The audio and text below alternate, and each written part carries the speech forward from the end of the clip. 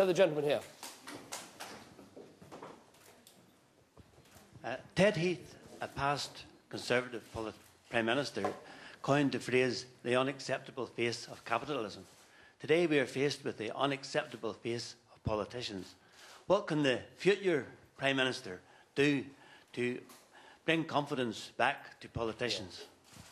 Well, thank you for asking. I thought I'd already said enough at the beginning without going into a long thing about expenses, but I'm glad you've given me the opportunity. What is happening is profoundly depressing. It is dragging down our politics, dragging down our parliament, but above all, people are angry. And I think they have every right to be angry because they're seeing politicians claim money for things that many people simply can't afford.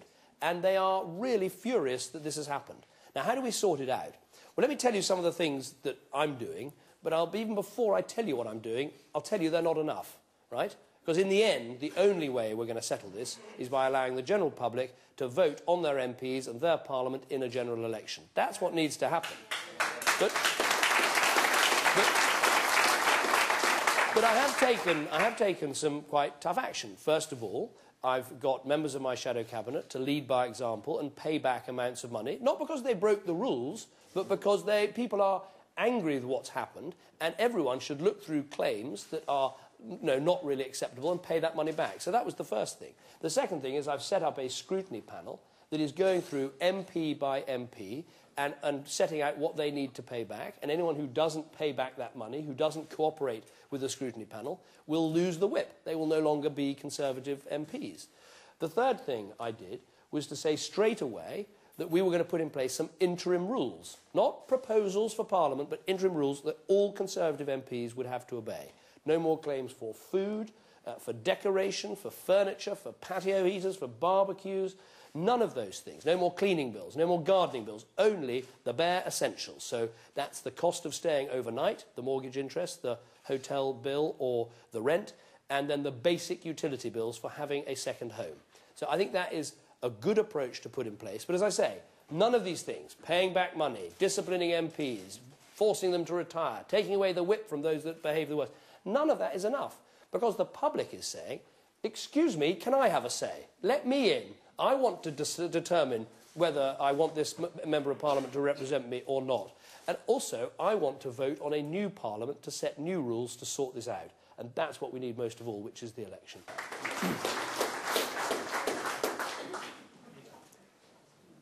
One of the biggest problems we're going to face in the forthcoming European election is that of voter apathy, even with excellent candidates already standing. How do you propose that we tackle that, especially among young people? Yeah.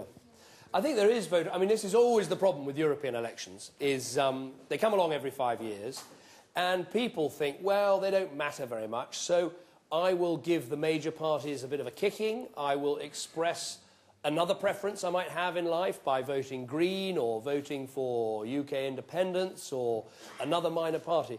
And we have to persuade people that actually these elections do matter. And I think there are a couple of ways in which we can do that. First up, they matter because everyone in this country was promised a referendum on the European Constitution. The government put it in their manifesto, we put it in our manifesto, the Liberals put it in their manifesto. That promise has been broken.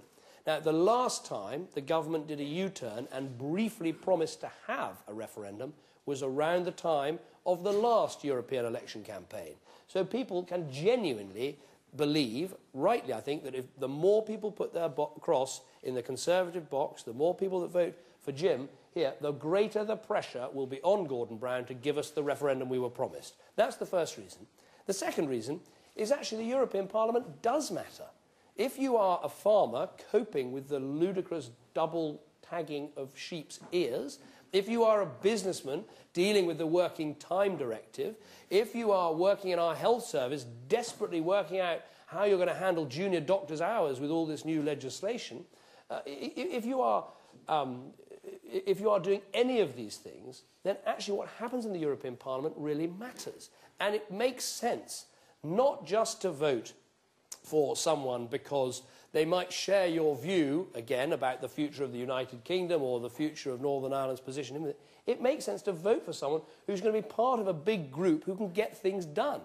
And that's what Jim Nicholson will be able to do as one of the Conservative MEPs that will be a big group that will be able to try and protect our opt-out on the Working Time Directive, that will be able to try and cut out the fraud that there is in Brussels, that will try and keep the budget down, that will stand up for our farmers, that will be a direct voice for us in that Brussels Parliament. So don't vote just to express a preference or give the government a kick or give anyone else a kick or to express your preference about Northern Ireland's position in the United Kingdom. Vote for someone who's going to get something done. That's, I think, the way to convince people that these elections do matter, because they really do. Let's have the lady against the wall. So that didn't sound very good. Let's have the lady against the wall. Can I rephrase that?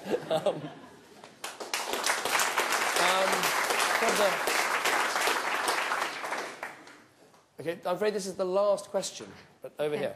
You've actually touched on it in a previous answer. Given that the deadline for the European Working Time Directive comes into effect in 10 weeks, how would you deal with the rota gaps that are in junior doctors? This is really difficult. I think a lot of people don't understand that the reason why maternity units are going from consultant-led to midwife-led, the reason why some small hospitals are being encouraged to shut down or reduce their services, the reason why there's so many different things happening in public services is actually because of this Working Time Directive. Now, of course, nobody wants people to work, absurdly long hours, but it does seem ridiculous that Brussels is telling us how many hours we can work in a way that's going to completely change our health service, our maternity units and everything else. And so we would dearly like to have that opt-out.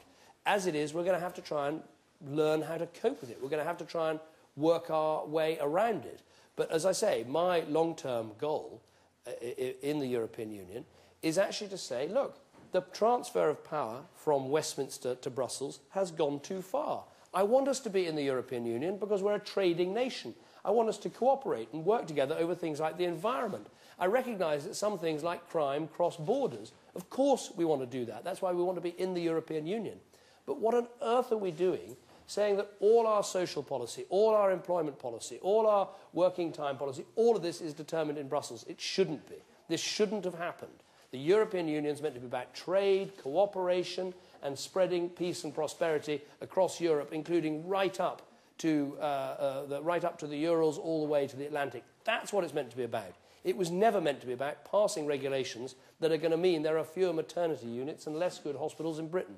That's how we've allowed it to get so badly out of whack. And that's why we need a government that understands, yes, in the European Union, but not run by the European Union, not creating a country called Europe, having a community that is Europe.